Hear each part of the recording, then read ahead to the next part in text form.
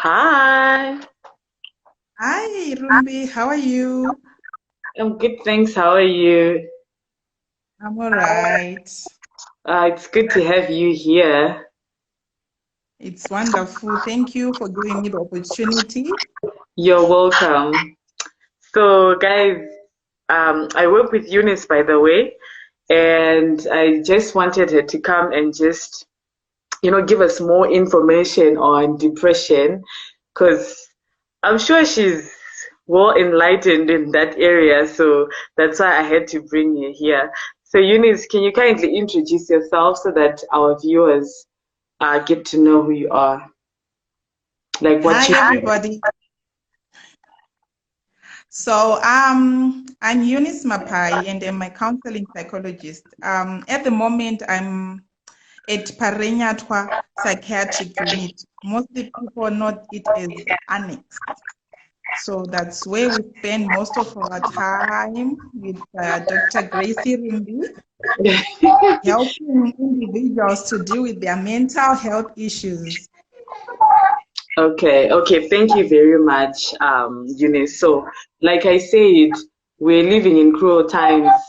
Imagine prices are going up, our economy is just something else, and we're all stressed and we're all struggling. So, what's your understanding of depression? Well, basically, depression is a mood disorder. It is highlighted by, episode of decreased, you know, sadness, irritability. Usually, for someone to be said to be depressed, these symptoms should have lasted for probably 2 weeks going forward. Because, if everyone can feel sad, everyone can be irritable, everyone can get angry. But now it's on a continuum. So if one like is consistently angry, probably for 4 weeks, 2 weeks, then wow, you might suggest that the person can be depressed. So the major symptoms of depression, low energy, fatigue, sleep problems, persistent sadness, or a depressed mood, anxiety, loss of interest. There's a marked loss of interest in activities that an individual used to find pleasurable. So yeah, Okay. basically that's it. But the most identifying factor that an individual can say, probably I'm depressed, is the time, the period when someone experiences these symptoms. Okay, thank you very much. I understand that we all abuse this word. I'm depressed, oh, I'm depressed, right? But most of the times we'll be Yes, sad, or we yes, we maybe lost interest in doing our day-to-day activities, and then we think we are mm, depressed. So what you're saying is, yes, if the sadness persists for more than 2 weeks, that's when we can call it depression, right? y- yes, yes. During a depressive episode, the person experiences depressed mood, right? They'll be feeling sad, irritable, empty, right? A loss of pleasure or interest in activities. For most of the day, nearly every day, or for at least 2 weeks, there are several other symptoms that are also present, which may include like poor concentration, Okay. feelings of excessive guilt or low self-worth. Someone who's suffering from depression might have low self-worth, low self-esteem. They might be hopeless about the future, like they are so pessimistic that they don't see anything good. They have thoughts about dying. This one is major. They've thoughts about dying, or suicide. And usually they've insomnia, they've disrupted sleep. They either sleep too much or they sleep too little, or their sleep is intermittent. And also they've changes in appetite or weight. They can gain weight or they can, lose weight. And also there's this feeling of, being constantly tired or fatigued. I remember when I was growing up, you would hear like mostly middle-aged women to elderly women. You would hear like ana mama uchiti handikumbonona mai nhingi vari kurwara then unzi vari kunzi muiri wese. You understand? So someone who's Yeah. yeah, so these are some somatic symptoms of depression. Depression can present itself in physical form, headache, stomach aches, and stuff like that. And I would also want to say that it presents itself differently to individuals as well, especially for, let's say, the sex, male and females, they can experience depression differently. For example, males, the mood is mostly anger, aggressiveness, irritability, anxiousness, or restlessness. You see, and then for women, it's like crying all the time without reason, or constantly sick. Yes, so it can present itself differently, and also children can get depressed. So people might actually think depression is about adults. Children, the young children, primary age, the teens, the preteens, they all get depressed.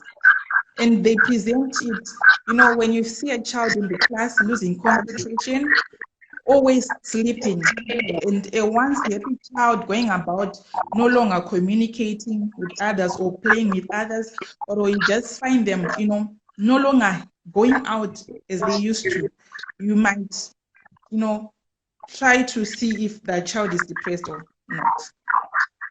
Yeah, you know what? I read it somewhere where it was saying depression doesn't discriminate. Like anyone can have depression, even children, even teenagers, even the elderly, like anyone, even celebrities. I was shocked to see there are quite a number of celebrities. I don't know if you know The Rock, but he also suffered from depression. And Katy Perry. I've seen a lot of people who are suffering from depression, but we just don't know that they're suffering from depression. So what you're saying, that children also suffer from depression, is true. And I think, like you were saying, that you may find that the child doesn't want to go out. They don't want to, like, they just withdraw and they keep to themselves. And I think another, yes, and disruptive behavior as well. Exactly. Thank you for that. Yeah, so thank you very much for notifying that. So how many of these symptoms should one have to say they have depression? Well, the major symptoms will be, when there is a persistence. The word persistent is critical in this. Persistent sadness or a depressed mood, and also loss of interest. If the activities that one used to enjoy are no longer, enjoyable to them, and also there should be a marked reduced, social functioning in all spheres of life. Probably it's now difficult to interact with family. It's now difficult even to work. It's difficult even to, recreation. So yes, when now these symptoms have persisted for 2 weeks or more, that's when you can say that one is depressed. Okay, and also know that it's okay. Oh, I wanted to say, so you're saying you've listed out the symptoms, right? So does it mean a person has to have like all of them, or maybe just 4 or 5 to say, they're depressed or they have depression? Usually it's 4 or 5, not all of them, but it's 4 or 5.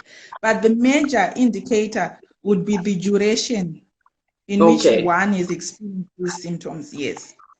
So the main the main ones, that the loss of pleasure, a depressed mood that is persistent, suicidal ideation or suicidal thoughts, anger, irritability, probably loss of appetite, a decreased need to eat, or a decreased need to sleep, or a sleeping mode.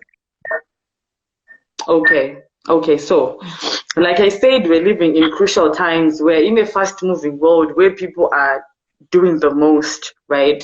So what do you think should be done to raise awareness so that people seek help early and they don't get to go to the hospital when the depression has become psychotic? I believe the most critical thing that is probably important when you are dealing with depression or any other mental health issues is issues surrounding stigma. I think there's a lot of stigma and discrimination when it comes to people. And, you know, when I'm being stigmatized or discriminated because I have not opened up being suffering from depression, Okay. it might actually worsen the situation. So most of the times people will not seek help because one, people might not really understand. I believe there is not enough information or there's not enough awareness when it comes to mental health illnesses. Probably when you tell someone, you know what, I'm really, really sad. I'm feeling sad. I've been feeling like this for the last 2 weeks. They'll just say, you know, probably pray about it, or you know what, or you're actually going through something. But if Yeah. you take like a physical symptom, if you say, I broke my arm, no one will say Siana Nasho, or you know what, just live with it. They'll say go to the doctor, get help. But when it comes now to mental health illnesses, because it's not seen, I can say it's not seen, it's something that is inside. When it's now being seen, I would believe that the condition would have progressed significantly. Because, mind you, depression can be mild, moderate, and severe. When it comes to, you know, severe depression, like major depressive disorders, then when you find the person is no longer able to function as they, Properly. like they'll be talking slowly, you know, they are no longer eating, their cognitive functioning is, you know, been reduced. Then you realize that probably there is really something wrong with the person. So I believe there is a lot of stigma in discrimination surrounding mental disorders, especially with men. Yeah. They tend to talk about stuff. Women, we talk about stuff, but men, they tend not to talk about stuff. You can, a man can just come and say, probably any problem, and, you know, I'm going to go pass for beer and, you know, start drinking, and everyone will be quiet, not saying anything. Then you find there are high rates of suicide because people are walking around empty, feeling hopeless, but not having someone to talk to, not having someone to confide in, you know, and not even having a clear pathway. For us, like I would say in Zimbabwe, there is no clear pathway of what, if I'm depressed, should I go to my GP? Should I go to my family doctor? Should I go to the psychiatric unit? Should I go to, where do I even see a psychologist? Even at work, there are no clear pathways about that. So I believe there should be awareness in every sphere and platform. I'll give an example of the HIV/AIDS pandemic. Okay. There was awareness about it, and people got involved. That's why incidences of HIV has been drastically reduced, and Yes. you know, everyone from the kids to the grown-ups, they know about HIV, and now they are saying with AIDS has been eradicated, it's now only HIV. It's because more information, more awareness was put in, and people, you know, participated. So I believe it's the same that is supposed to be applied to mental health issues, especially depression, because it's the major mental disorder, and it's prevalent mainly in women. Yeah, it's twice. Why? Because there are risk factors. You know, with women, there are hormonal changes, you know, Yes. that happen. And women, I think they are affected by many things, and they assume many roles. And within our culture, you know, there are power struggles, power relations between men and women. And I think women bear the brunt, and that really causes women to go through depressive episodes. Oh, thank you very much for that. I wanted to say that you say that a lot of people don't even know they have depression. They only get to know they have depression when they've gone to see a doctor, right? And I wanted to say, you know how you know the physical symptoms of depression. I'm sure you've noticed that a lot of people when they come, they'll be like, I have a headache, or I have chest pains. Yes. Can you explain more about that? Like, how does it happen? Like depression, is it only mainly in our head or our thoughts, or it also manifests into our body, or it reflects through our body? You once mentioned about the somatic symptoms. So can you like try and Okay. elaborate more on that, if that's okay? Okay. Depression also, it manifests in our body physically. When, the difference between someone who's mentally resilient or also not physically resilient. So sometimes you'll be like stronger mentally, but now your body will be weak. So most of the time, probably you'll be predisposed to, maybe genetic factors, you're predisposed to depression. But now there are stressors, the triggers that can now trigger the stress. And probably you'll be living in this environment over and over and over again. And now your mind is getting beat until it cannot take it anymore. So it passes it on to the body. That's Okay. when someone comes and says, I have this headache. It's not going away. I'm taking painkillers, but it's not going away. Why? Because the trigger is not being addressed. Probably it's a high conflict environment or a toxic work environment that you're subjecting yourself into. So as much as you take painkillers and you're not addressing the real issue that is causing the stressors, you keep on dealing with the somatic symptoms, the heaviness. Yes, someone probably, let's say bereavement, they've lost a loved one. You see, they are going through grief, and it gets complicated because there's a certain period of time, which is in cultural context that someone is supposed to be grieving. But when it's extended, then we can say that there is now depression, right? So Yeah. they'll be feeling heavy. The heart is strained. So there is a relationship between the physical body and what is going on in the mind. And sometimes someone will be going through a physical illness. It can actually cause depression. Mm-hmm. Illness is like cancer. Illness is like you're dealing with cancer, you're dealing with diabetes, hypertension. You can actually get depressed because of that.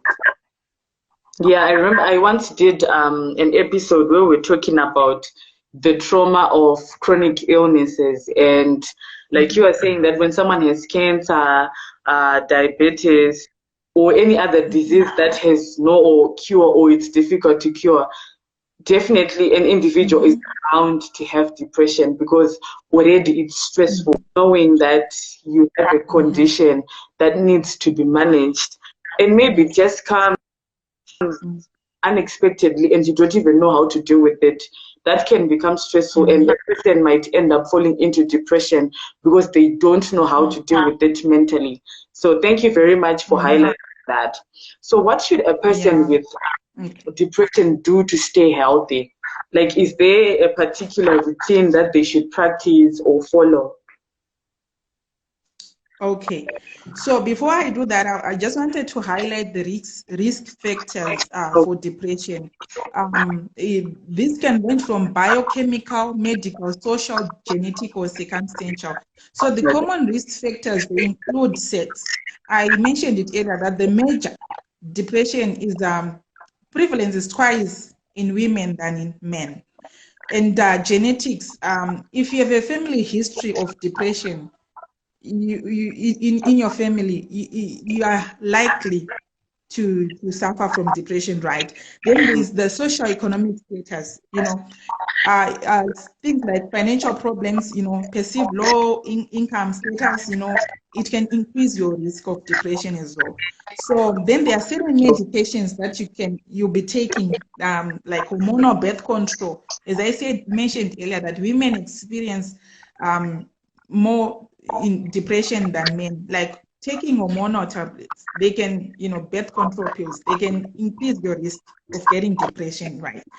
Um, Vitamin D deficiency, sunlight, it can, it's something simple, but yeah, I know. not knowing like some people will say, I get so depressed in winter. Yes, because you're not be, exposed to vitamin D. because our main green source of vitamin D is sunshine.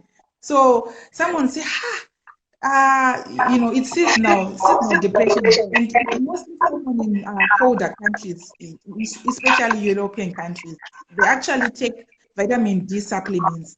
And also gender identity, the LGBT Okay. society, it can increase your risk of depression. Then substance misuse, it can also increase your risk of depression. Then I mentioned it earlier, medical illnesses, they can increase your risk of depression.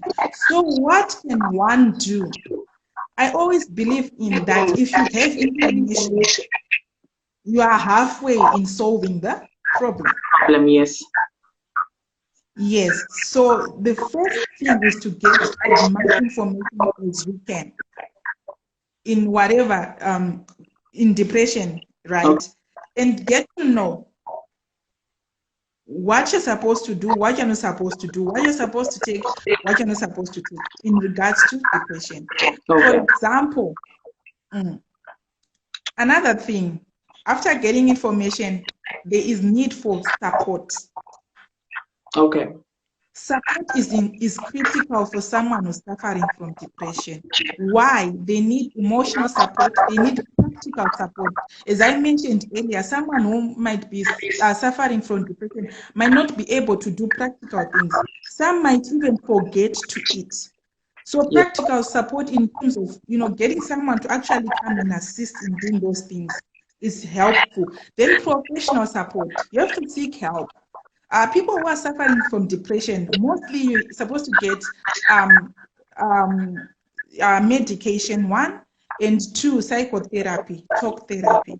It helps. Most of the times, it's encouraged that someone who's on medication for depression also go for psychotherapy.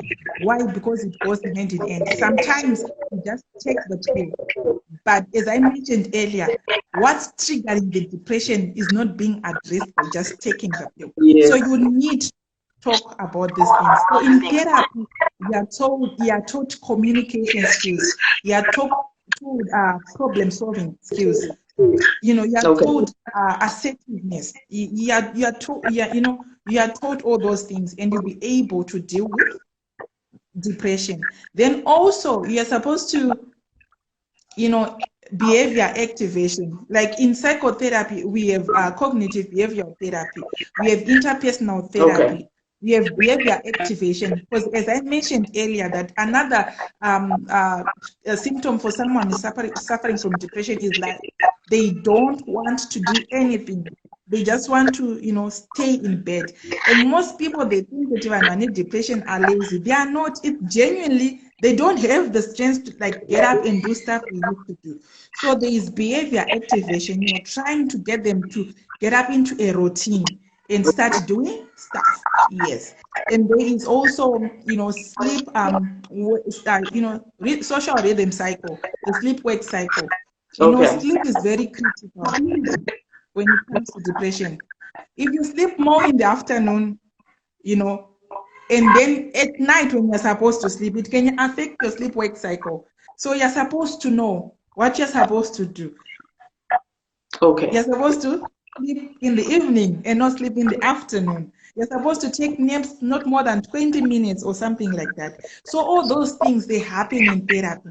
Exercising, actually, ecotherapy, going outside, doing gardening, doing something, taking up a hobby, enjoying, support groups and stuff like that.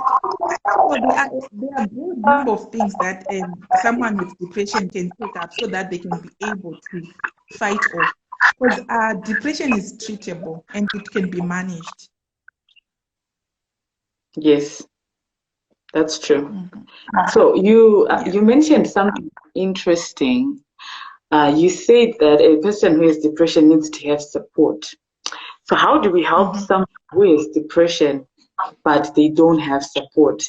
Sometimes a person might have depression and then their family members or friends don't even understand what's going on with them, and they start putting pressure on them, like, you should get better now, or why are you even sick? I've heard cases where where people suffering from depression have their family members asking them why they even have depression.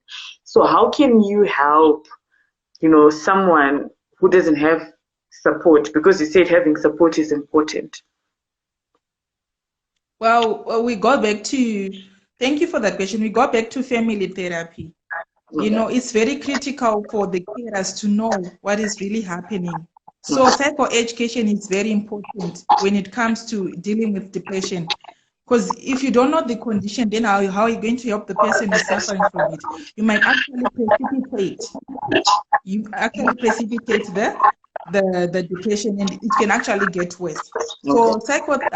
family therapy, probably support groups with the carers as well, also to help them so that they cannot have compassion fatigue as well, because caring for someone with depression can actually be, very tiring. Yeah, it can. A person might end up having burnout or vicarious trauma. Yes, So yeah, that's true. yes, Okay, yeah. so I have a question for you, another one. I think this is the last one. What kind of a Mhm. doctor or mental health professional should a person with depression reach out to? And will they be able to offer the help they need? Because most people, I've seen I that. believe. Uh-huh. Oh, I wanted to say, I've seen You can that, go. when most people have depression, they go to their pastors and then they want their pastors to pray for them. I'm not saying prayer doesn't work, prayer does work, but then sometimes Yeah, I'm you a see people Christian. going to mapostori, people go to mapostori, kuba kwanzi, Mm, uyakaroyewa. And mm, so, mm, mm. what kind of a doctor or a mental health professional should a person go to when they have depression? Okay. It's very tricky because I think most people it's out of lack of knowledge actually. And I'm a Christian and I believe in Christ. So no, I'm not saying praying is not okay. Actually, in psychotherapy, we actually use your spirituality. If it can help you, we actually use it. But I would encourage anyone who might be suspecting that probably they have depression. The first thing that they're supposed to do is to go and see their doctor, right? And Okay. then they can get a referral because some of the symptoms may mimic some physical, illnesses, and so the doctor will give them a referral. And like in Zimbabwe, when you're given a referral to go and see, you can go and see a psychiatrist. Okay. After seeing a psychiatrist, they can give you medication. They can determine whether your depression is mild, it's moderate, or severe, right? Then Okay. after giving you medication, then you can go and see a clinical psychologist or a counseling psychologist. And sometimes we have community psychologists in our communities. They can actually assist in giving you a referral. Or social workers, I'm sure there are clinical social workers as well. They can tell that probably this person is suffering from depression. Why I say you are supposed to follow a certain pathway, it's because, as I mentioned earlier, there are some medical condition that can mimic, depression. Okay. Okay. So, Like guys, someone with hypothyroidism, they can actually, feel tired all the time and stuff like that. So you might get antidepressant when you go straight to a psychiatrist, when probably you need some thyroid issues to be resolved, you see. So it's critical that you go and see your medical doctor. And if there is no physical explanation to the things that you are experiencing, that's when you can be referred to a psychiatrist, then you can be referred to a psychologist. And I mentioned it earlier, it's very, very critical for someone suffering from depression to have both the medical parts of treatment and also psychotherapy. Research has indicated that some people will only take medicine, they don't get better. And some people will only go for therapy, they don't get better. But research has indicated that outcomes are quite positive for someone who's going both to therapy and also taking their medication. Mm-hmm. All right. Thank you very much. So guys, I'm sure you've heard, when you don't feel okay, you go see a physician, and the physician will then refer you to a psychiatrist, who would then refer you to see a clinical psychologist or a counseling psychologist. So thank you very much for, clarifying on that. So someone said, can the depression be spiritual? What's your take on this one? Well, I'm a counseling psychologist. I'm not an expert in spiritual matters, but I've seen that Zimbabwe is predominantly Christians. People end up, when people commit suicide, probably because they were depressed, most of the time, no one's you see. So that's a difficult one to answer. Yeah. If I was a pastor, I would have said, well, yeah, some clients also come, they actually think the depression it's spiritual, and I think I thought it's spiritual for sure. So in order to help someone, we don't judge, we actually take the client's worldview, actually, when you're in therapy. So I can't dismiss someone depression, impression depression, it's something spiritual. We actually work around and use their worldview. Yeah, I think that's why they introduced the holistic approach. There's the spiritual aspect, because there are people who come in, they come in and say, mental illness or whatever I'm going through is spiritual. So you can't outwardly say that's wrong, because to them they believe that it's spiritual, and then sometimes it could be spiritual. I don't. So we do the medication, we do therapy, and we do the prayers. So it's a holistic approach.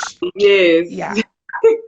Someone said prayer is the weapon and therapy is the strategy. Mm-hmm.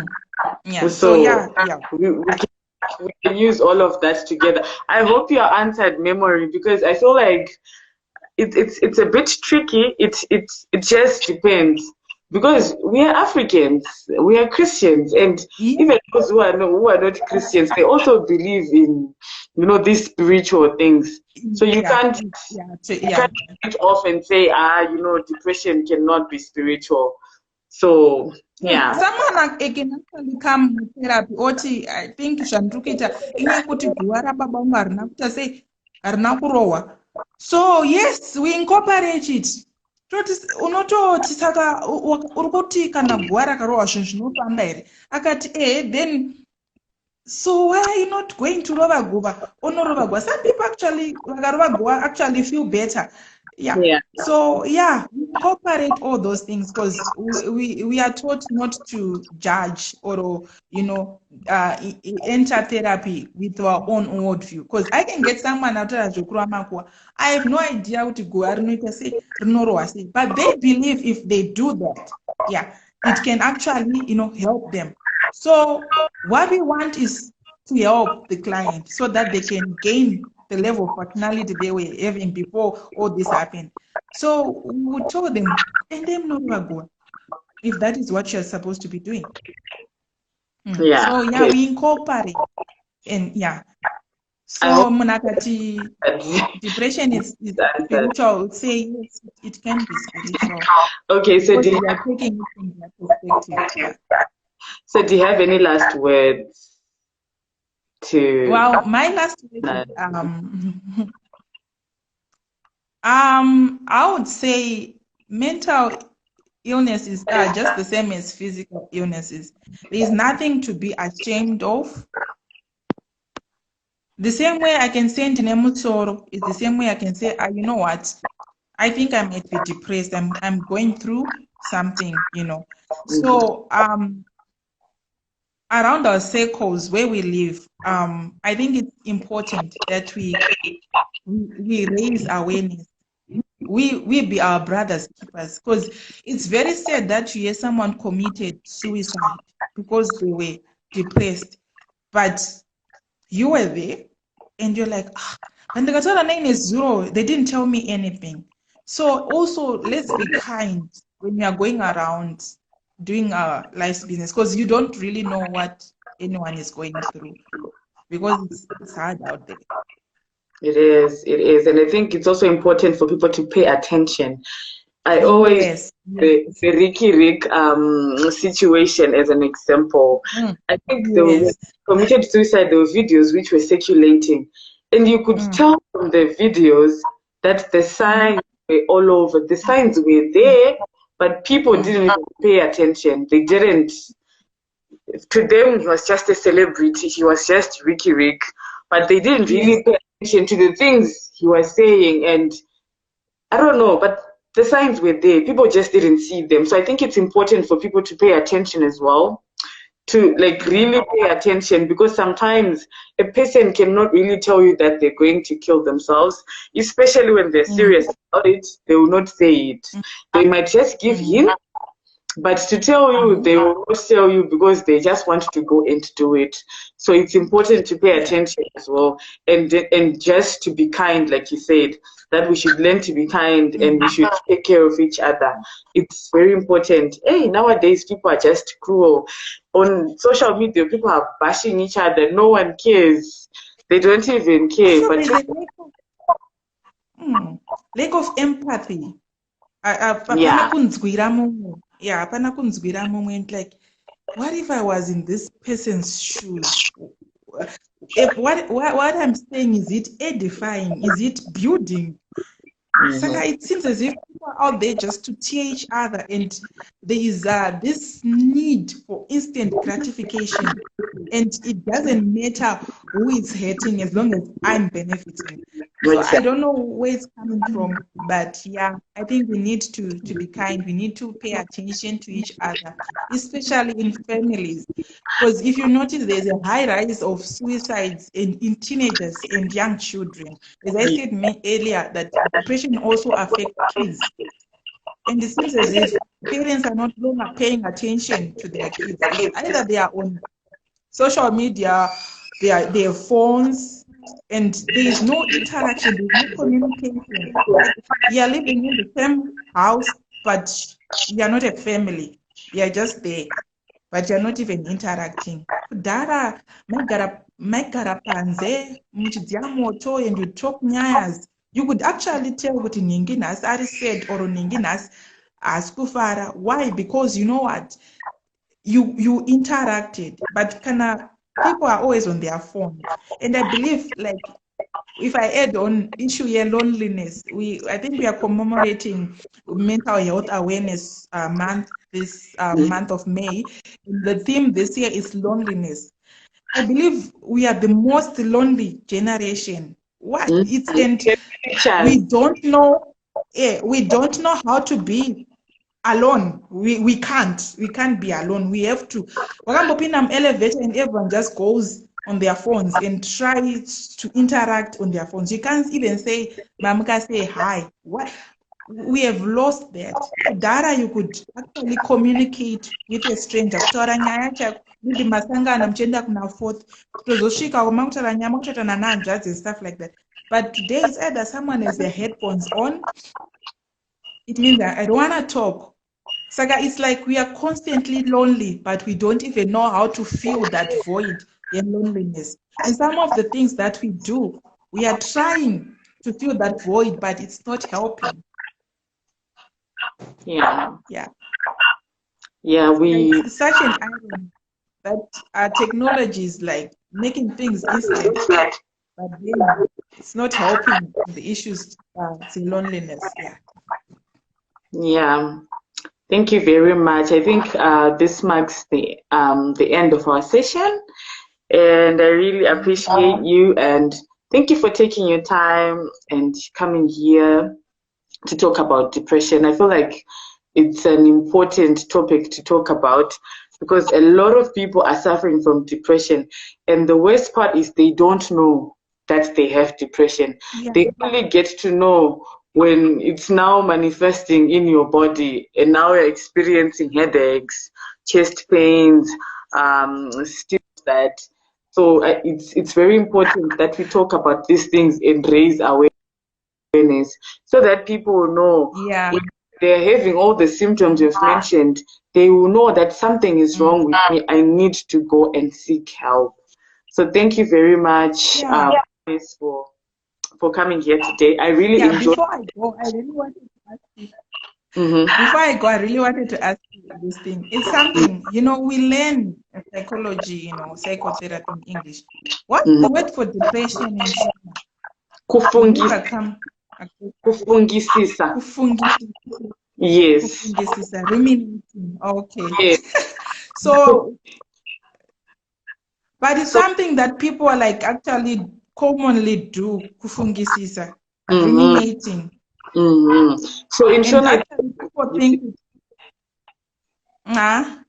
You said you were saying something. Yeah, okay, it's kufungisisa. Yes. Memory is laughing. Memory, why are you laughing?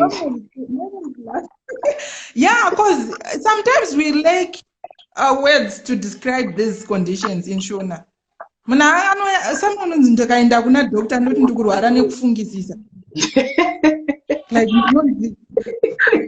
kunze unogona kufunga because uri munhu wakasafunga kaunenge wafa. Something.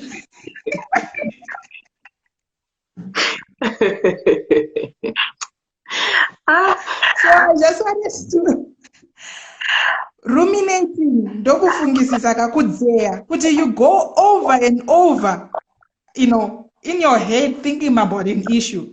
So there's one thing that I tell some of my clients. You know what? If you are thinking too much about the issue, ufunga uchage solution. Wakaishaya, chifunga the worst scenario and deal with that and go to sleep, because most of the times people with depression vanofungisisa during night. Ndotika vachizonetskana kurara. Kana wafunga ndino kuti vanhu vari kuvaka makambani vogomapwanya vakarara, ogoita director, ogoipwanya, ogoivaka futi. As you are saying kuti conditions that we are living in, they are so very difficult. Ogonototamba, unoziva munhu anotamba round akapedza round kusvika muna October akarara pambedha achiti akatamba round yangu yakadi. So it's always going in your mind. So some of these things, don't take them seriously. Kana ona ndafunga and the solution is not coming. Think of the worst scenario and deal with the worst scenario in your brain, ipapo, and just leave it. Yeah, that's true. That's true. Thank you very much. Thank you so much, Ruby, for having me. Okay, guys. To our viewers and to all those who are listening, thank you very much for tuning in. I hope you enjoyed the discussion. I personally did, because Eunice had interesting information, and especially the last part where she was talking about kufungisisa and all, that was funny. But thank you very much. Enjoy the rest of your evening. Thank you, Rumbi. Bye.